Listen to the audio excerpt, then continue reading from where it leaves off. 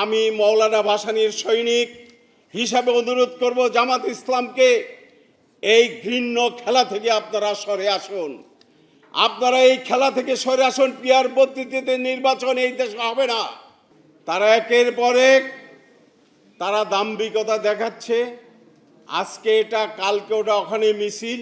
এই আপা চলে আসতেছে, আমি যে কোনো মুহূর্তে ঢুকে যাব, তোমরা রেডি হও, প্রস্তুত হও। এদিকে আমরা নতুন বাংলাদেশের স্বপ্ন নিয়ে ফ্যাসিস্ট অপসারণের পর যে যাত্রা শুরু করেছিলাম একটি অন্তর্বর্তীকালীন সরকার নিয়ে, সেই সরকারের মধ্যেও আমরা দেখছি অপতৎপরতা। গত 7 দিন বাংলাদেশের কি অবস্থা আপনারা জানেন। আমি সেনাবাহিনী প্রধানকে ধন্যবাদ জানাবো। উনি গতকালকে এসে প্রধান উপদেষ্টাকে বলে গেছেন আপনি নির্বাচনের আয়োজন করুন, আমরা নির্বাচনের স্বার্থে আমরা আপনাদেরকে সমর্থন দিয়ে যাব। আমি ধন্যবাদ জানাই এই দেশপ্রেমিক সেনাবাহিনী ওই 5 তারিখে যে ভূমিকা নিয়েছিলেন 4 এবং 5ই আগস্ট, যার ফলে আমরা একটা নতুন স্বপ্ন যে গণ অভ্যুত্থানের মাধ্যমে আমরা ঘটিয়েছিলাম, আমরা হয়তো সেদিকে এগিয়ে যাব। কিন্তু পাশাপাশি আপনারা জানেন আর একটি শক্তি বাংলাদেশ যাতে সুষ্ঠুভাবে নির্বাচন হতে না পারে, কালকে তারা একটি তাদের কর্মপরিষদের সভা তারা করছেন এবং সেখানে তারা সেই দলটির উচ্চ বর্গের নেতারা সিদ্ধান্ত নিয়েছেন পিয়ার পদ্ধতি ছাড়া তারা নির্বাচনে যাবেন না। এই দলটিকে আপনারা চিনে রাখবেন। 47 সালে পাকিস্তান সৃষ্টিত এই দলটি বাধা দিয়েছিল।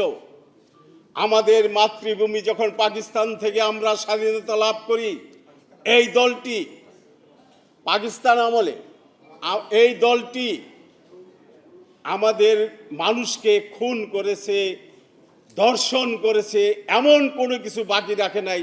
সেই দলটি আবারও বাংলাদেশে এসছে। আমরা 24-এ তাদের সঙ্গে কাঁধে কাঁধ মিলিয়ে ফ্যাসিস্টের বিরুদ্ধে লড়াই করেছি। সেই লড়াই আমাদের সঙ্গে ছিল, এই জন্য তাদেরকে সাধুবাদ জানাই। স্বাস্থ্যকর অল টাইম ফ্যামিলি কেক, সব সময় অল টাইম হেলদি লাইফ। কিন্তু একটার পর একটা চক্রান্ত যদি আপনারা করতে থাকেন, প্রচলিত নিয়মে নির্বাচন হবে। নির্বাচনের আর বাকি নাই 5 মাস। আপনারা এই সময় যদি এই ইস্যু উঠান, আপনাদের কাছে আমি মৌলানা ভাসানীর সৈনিক হিসাবে অনুরোধ করব জামাত ইসলামকে এই ঘৃণ্য খেলা থেকে আপনারা সরে আসুন। আপনারা এই খেলা থেকে সরে আসুন। পিয়ার পদ্ধতিতে নির্বাচন এই দেশে হবে না। এটা করা মানে নির্বাচনকে অন্যদিকে নিয়ে যাওয়া, নির্বাচনকে বানচাল করে দেওয়া। তাই আমরা যারা গণতন্ত্র মঞ্চ করছি, আমাদের মধ্যে 6টি দল, আমরা আমাদের নানা মত থাকতেই পারে, কিন্তু আমরা বলবো এখন আর কোনো ইস্যু নাই। বিচার দৃশ্যমান হয়ে গেছে এবং সংস্কার অনেক দূর এগিয়েছে। তারপরেও আমরা 31 দফা করেছি বিএনপির সঙ্গে, সেটাও চলমান আছে।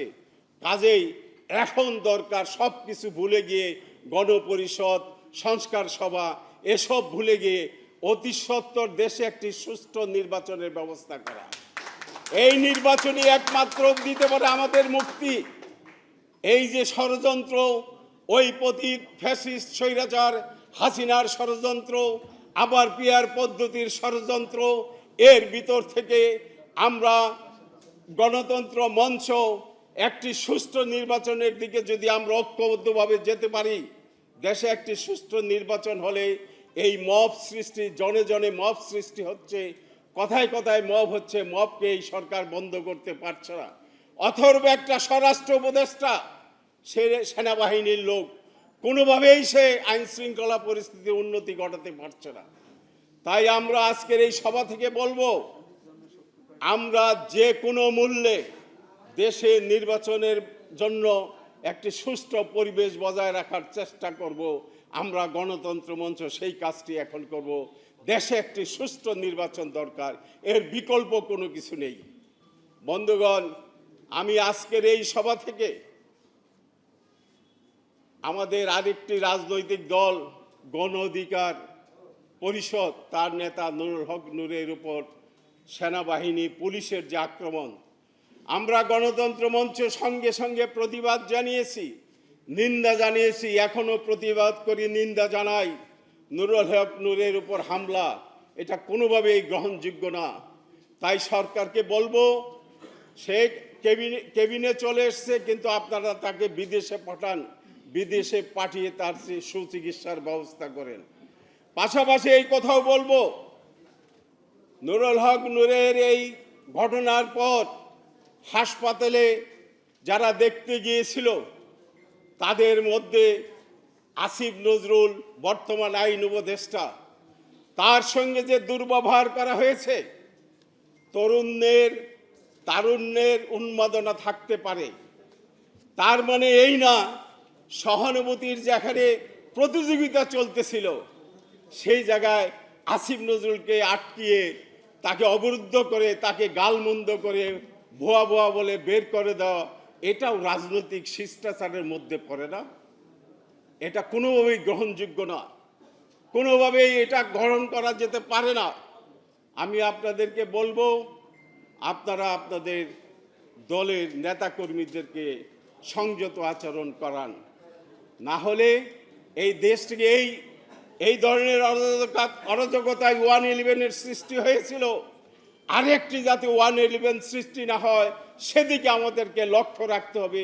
এই বলে আমি আমার বক্তব্য শেষ করছি। ধন্যবাদ। আসসালামু আলাইকুম।